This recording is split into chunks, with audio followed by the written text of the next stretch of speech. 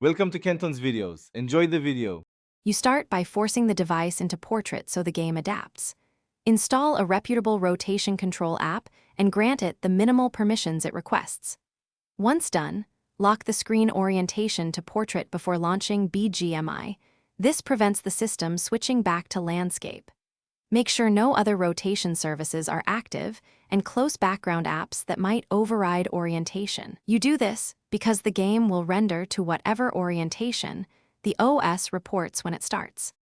Once Bgmi is running in portrait, adjust the interface so controls are usable. Go into Settings and shrink the HUD scale, then drag essential buttons, Fire, Scope, Jump into easy thumb positions. You should also tweak sensitivity for vertical aiming because portrait narrows your view. Lowering aim sensitivity slightly improves stability. After adjustments, enter the training range and run quick drills. Move, aim, shoot, and open inventory. This confirms the layout works and highlights any control conflicts to fix. To finish, save your HUD and sensitivity so changes persist across matches. Make a quick backup if your device or app allows it. If the screen flips back to landscape, reapply the rotation control app's accessibility permission or reboot the phone. Intermittent overrides come from system updates or OEM features.